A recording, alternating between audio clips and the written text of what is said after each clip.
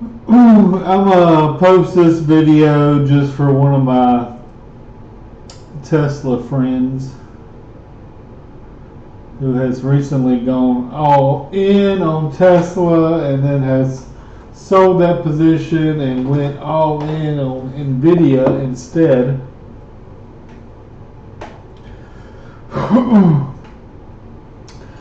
But anyway, this is Bruce Greenwald 2 years ago on Tesla. Okay, quick tangent off that point. When you say there's no barrier to entry in the auto industry, would you include Tesla in that? Oh, absolutely. So going forward, And I will just say this before I play this video. The auto industry, when I've said this before, I'll say it again. It's a little history lesson, but back when Henry Ford had a Model T, he dominated. Everyone in America had a Model T. They had a super high profit margins because they basically had a monopoly. Then in came all the car manufacturers from Europe, from Japan, all over the world, came in, and they kept coming until that profit margin shrank to almost zero. Not zero, but they just kept coming, kept coming. So, what may have been a 40 or 50% profit margin in the beginning quickly shrank. And as a lot of you guys may know, that Ford, for example, loses money on every single vehicle they make except one, the F-150 truck. That's the only one that makes money. Everything else they lose money on. I don't know why they just don't concentrate just on the F-150. I don't know.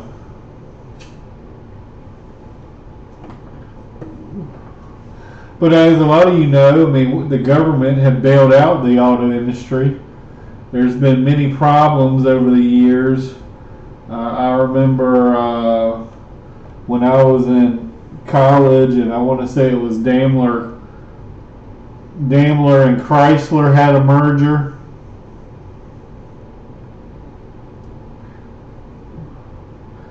But there's been a lot of companies that have gone bankrupt over the years, and or should have been out of business if the government didn't bail them out. But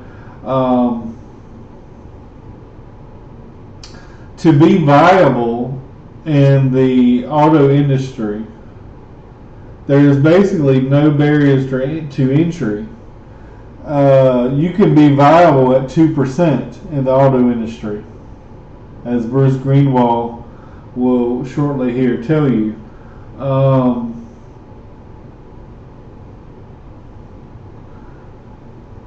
He mentions that as far as the EV market, maybe you might need 20% to be viable.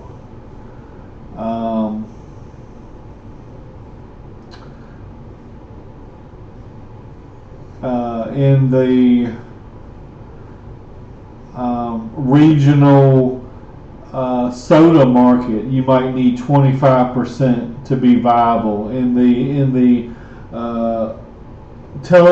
global telephone market, you might need 15 or 20% to be viable.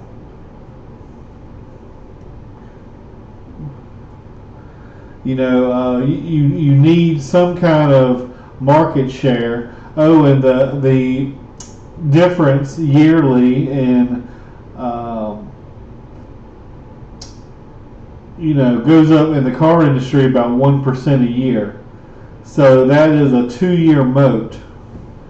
So if you only need to own 2% of the car industry to be viable, and ownership of that pie changes about 1% a year, you got a 2-year moat.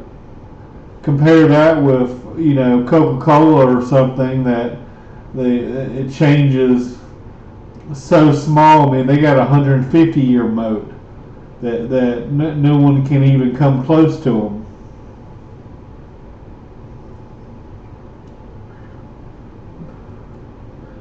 But anyway, I'm going to shut up and let Bruce talk. And this is one reason that I'm not sold on Tesla. Absolutely. Now, Tesla will do a little better. I mean, there's an easy way to measure barriers to entry. So the first element is, what's the minimum market share you need to get to in order to be viable? Now, and I will say this about Tesla. I mean, Tesla, to me, the other car makers, they're probably 10 years behind Tesla. So at the most, they got a 10-year moat. But they've been in business now more than that, haven't they? I don't remember how long they've been in business, but I think they've been in business longer than 10 years. 15 years maybe. But anyway, I'll shut up and let Bruce talk. If a market is small, like the electric car market is today, you probably need to get to 20% of that market to be viable. In the mature automobile market that is global, you can be viable at 2%. Well, at 20% requirement, Tesla may be able to keep rivals out. But at 2%, nobody's going to keep anybody out. And guess where the electric car market is going? It's going from 700,000 a year to 7 million a year. And so just to follow that point, that would not necessarily bode well to your thinking for Tesla shareholders. Oh, absolutely not. I mean, 20 years from now, you really think that they're going to dominate the auto market? Not a chance.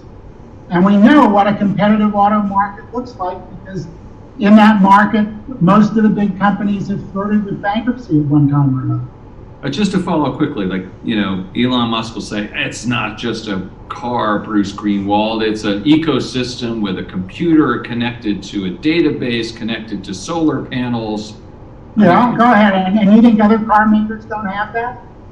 They don't have computers, they don't have databases, they don't have solar panels? Right. I mean, give me a break. And if you're going to have charging stations, Apple always used to try this. When they tried iTunes, they tried it only working with Apple computers, and the iPod didn't work at all. Right. So when you have charging stations, they're going to serve all the cars. Right. So no, Elon Musk is talking his book. Yes. But when it happens is a tough question. It will happen. But well, that go back to the market can stay irrational longer than you can stay solvent? I think so, especially in things like this. Right. I would not try and short Tesla. People have gotten slaughtered doing that. I've had my own terrible experiences with shorts. And the thing about shorts is you have a short horizon because it's uncapped on the upside. Right. But if I were going to put the family fortune into Tesla, I would not be a comfortable doing.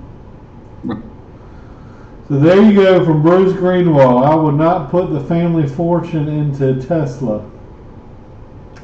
All right.